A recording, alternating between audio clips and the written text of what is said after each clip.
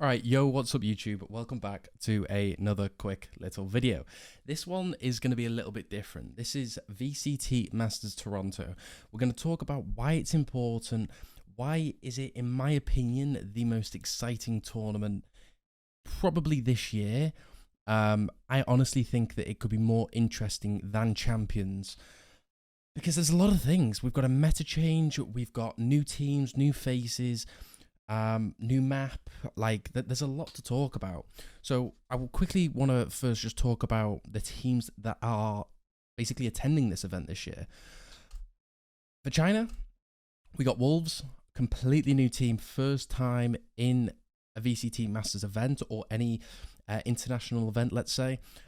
Star player of this team, you could argue, is Juicy. He was very hyped up throughout the off season, but honestly, this whole roster kind of proved themselves. They had a really weak first split in like kickoff, but they've came back swinging and they've qualified. Next is XLG.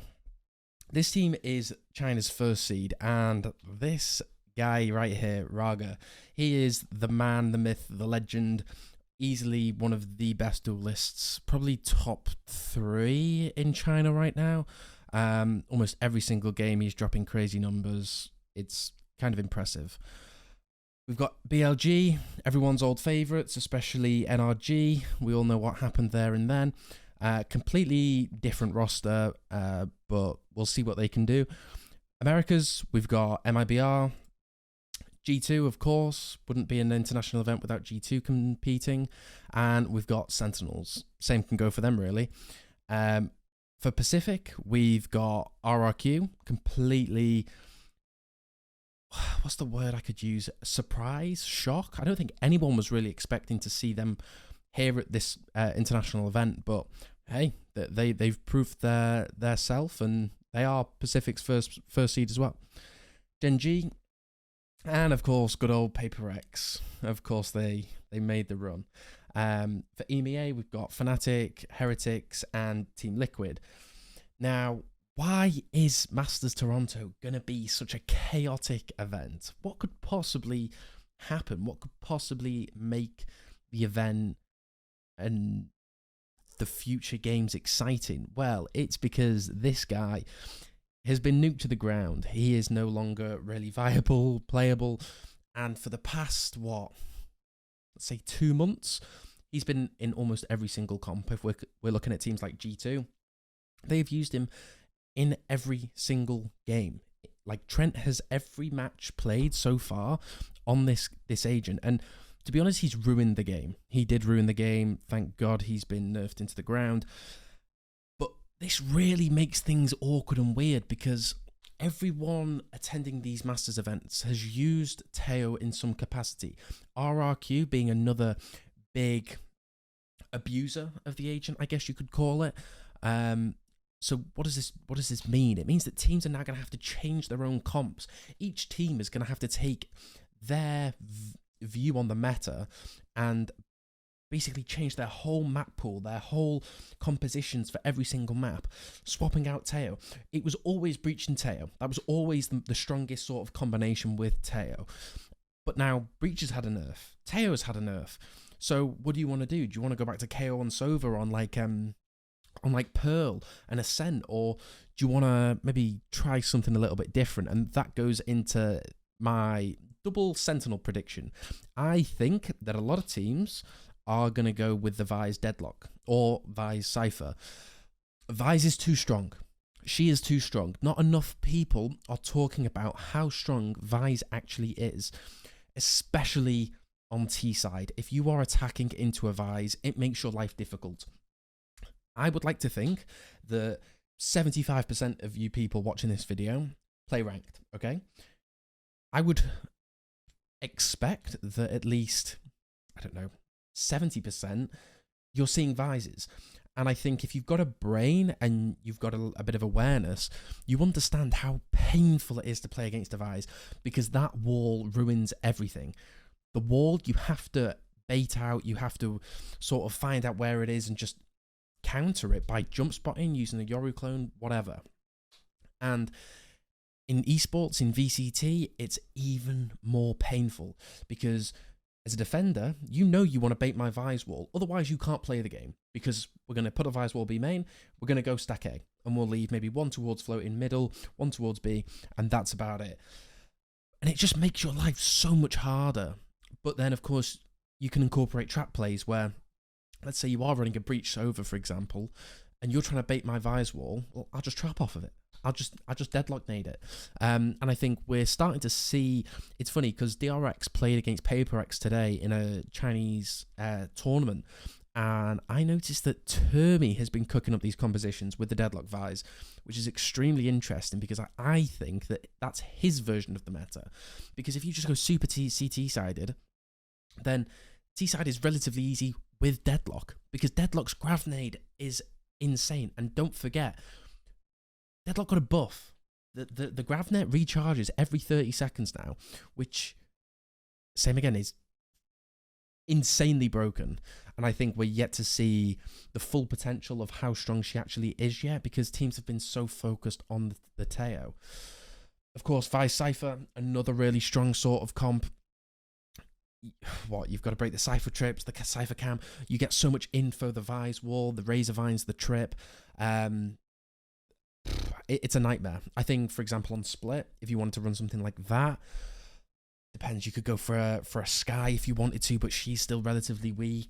But you probably understand my concerns where this could be a very boring meta, and if this is the way that it goes, it's going to be a nightmare. However, this is where this guy comes into use, and I don't understand why teams aren't going into the Yoru, even with Teo, like prior to his nerf.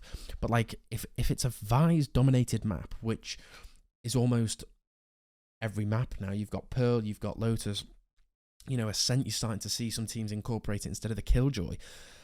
A simple Yoru clone baits the wall. And as an IGL, when you've got a factor in the wall, you cannot play the game until that wall is baited. It works the same way in which the Killjoy turret is facing B main on Ascent. You know that it's not going to be B because the turret hasn't been broken or it hasn't been activated yet. So you don't need to over-rotate.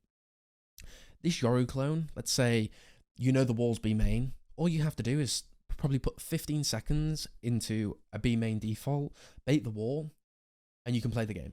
And now they've lost a really big info piece of Sentinel util that makes their lives a little bit more difficult. Here are some of the top dogs of Yoru players. I mean, standout is Jorgamo.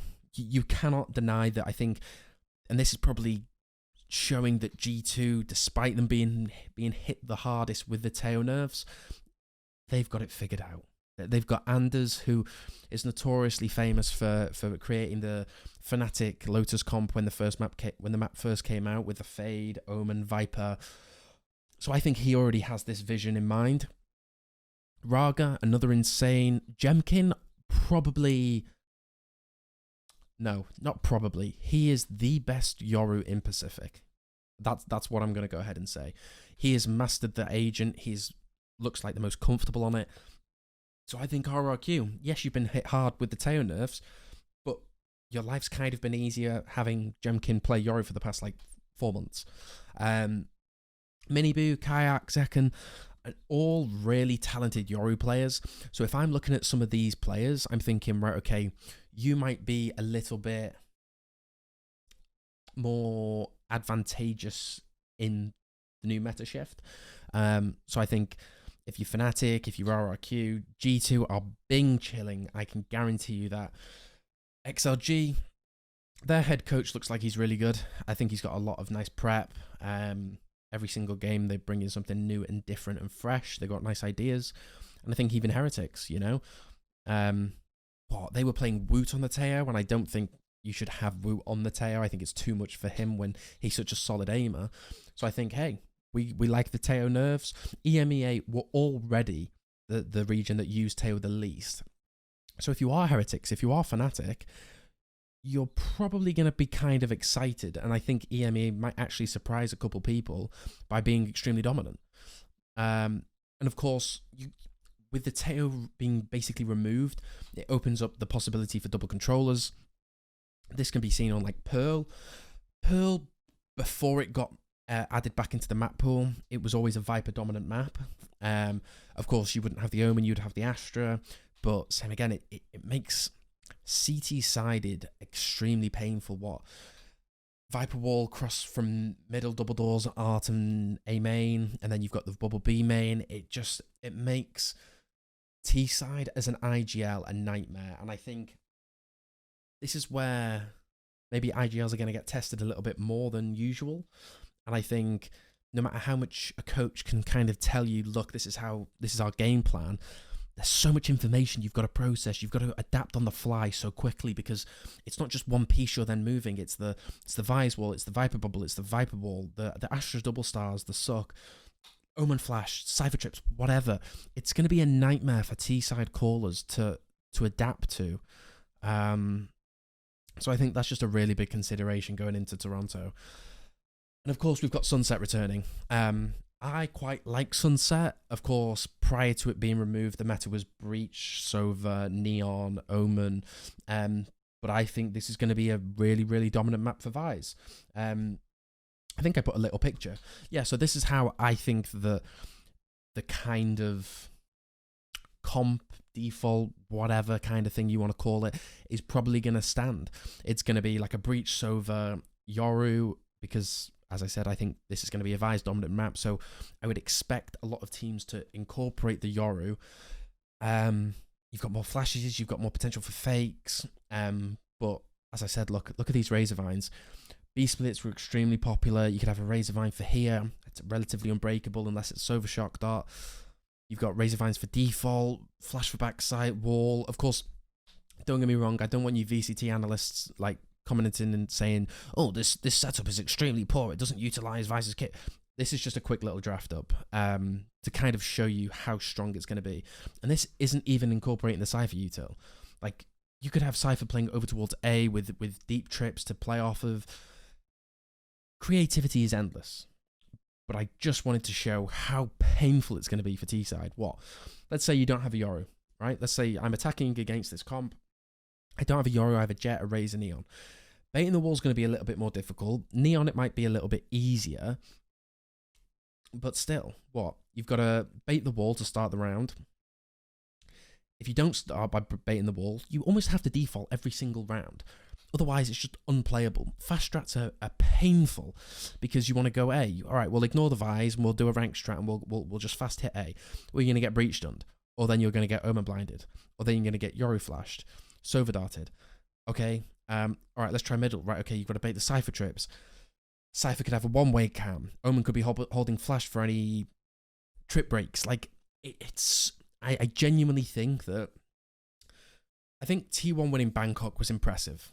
But I think the winner of this tournament, it's just gonna cement who are probably the top 3 teams in the world.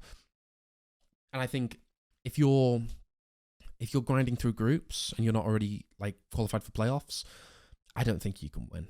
I would be very, very surprised if we get a group stage team winning the event. It seems impossible because no matter how much fragging, no matter how many star players you have, I think IGL and coaching staff is the most important than it's ever been. I'm looking at teams like Genji with Munchkin, Solo, HSK. I'm looking at Fnatic with Boast and Milan. Who else? Sentinels, John QT, Kaplan. Like, all these top teams are going to have the best chance. And of course, G2. Like, I don't need to say G2. Just because of how good they are. But yeah. Anyway, that's the end of this video. I am going to go ahead and do my pick'ems later on today. So go ahead, give that a watch, give that a like, a subscribe. Tell me if you think I'm silly. Tell me if you think I'm stupid. Tell me if you agree with me and you're like on your knees praising me as a king. But yeah, we'll see. But I think this event is going to be, it's going to be interesting. But yeah, that's it for this video. I hope you enjoyed it. Like, subscribe, comment if you want other types of videos, and yeah, I'll see you in the next one.